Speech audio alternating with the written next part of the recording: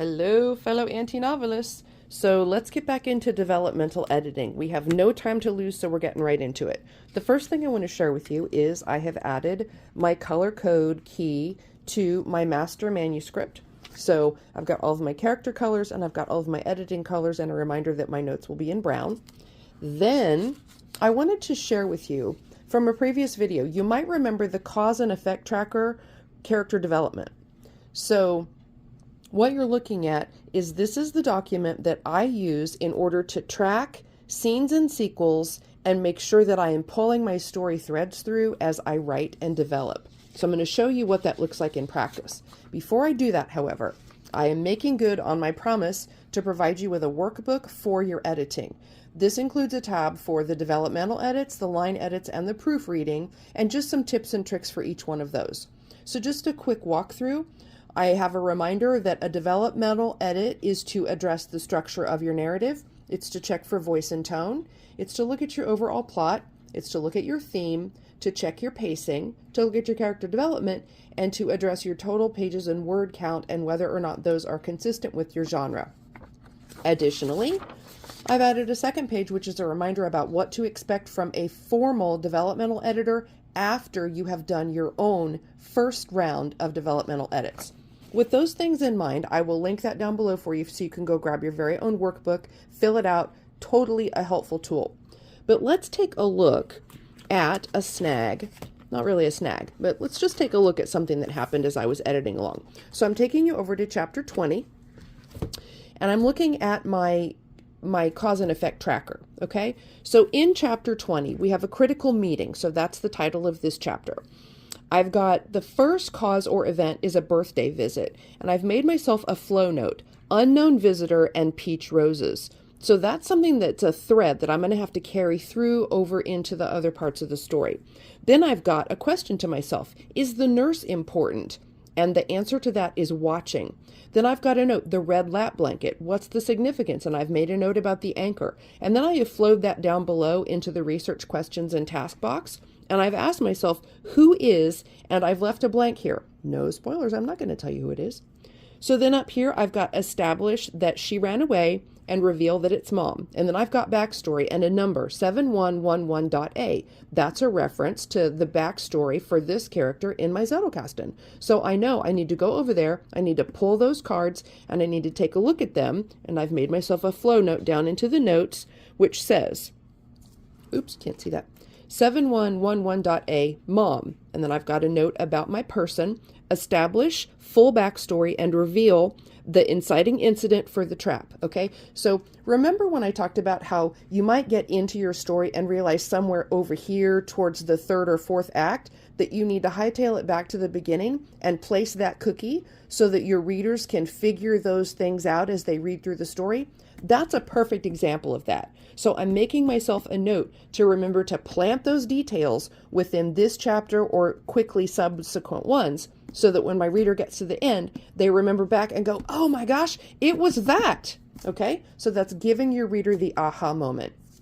So next we will move on to the line editing tips and the proofreading tips. So I'm going to go ahead, since we're just at a few minutes, and I'm going to launch right into the line editing tips. So this is the tab 2 in the workbook that I'm linking below. And then tab 3 is your own copy of the cause and effect tracker if you don't already have that from previous downloads.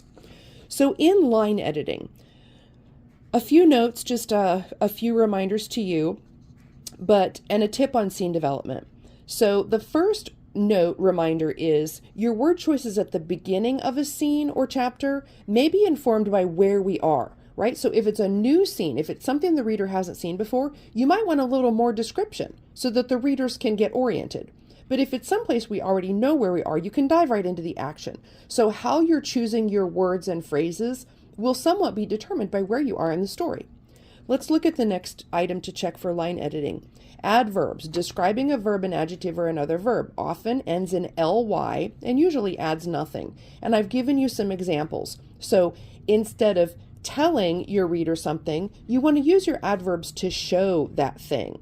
So for example, I've got An adverb is going to describe where. It's going to say here or there or behind or above. So use your words and your phrasing in place of these things that don't add anything to the story, okay?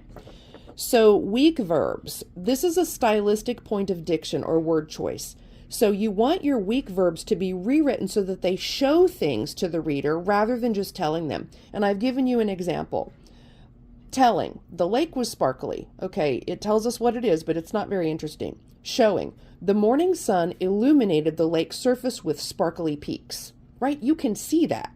Second example, telling, it was a rainy day. Okay, it tells us what it is, but it's not very exciting. Showing, with a short thunderclap, the sky released a pattering rain. You can hear that. So you're engaging more of the senses. If you can engage sound or smell or visuals, give your reader something to see, right? Show them what you want them to know rather than just telling them. Then I go on to words to edit for. A terrific word to edit out just generally is the word of.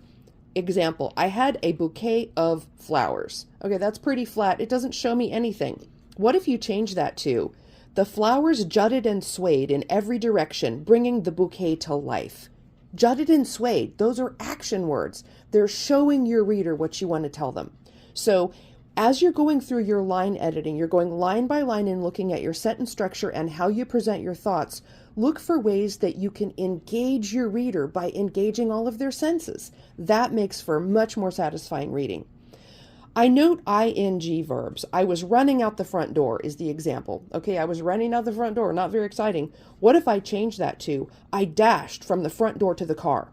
It's got movement. It's not just running. It's I dashed. Okay, it's short, it's clipped, it's got movement. So as you're editing your lines, think of how you can engage your reader by the language that you use.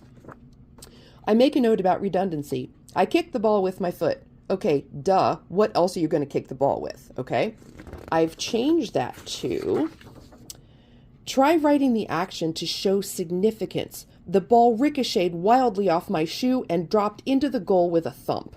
You can see that, okay? And you can hear it. So use those senses. That's how you engage your reader and you keep them turning pages.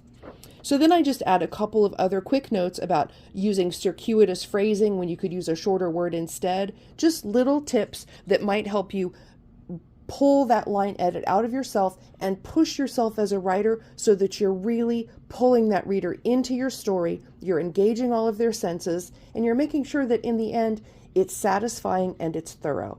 So that's a few words on finishing up your developmental editing process and beginning your line edits. So I am going to finish my developmental process. I've only got about 72 chapters left to read. Holy moly, but I'm hanging in there. So you get cracking on your edits and I will see you in the next video.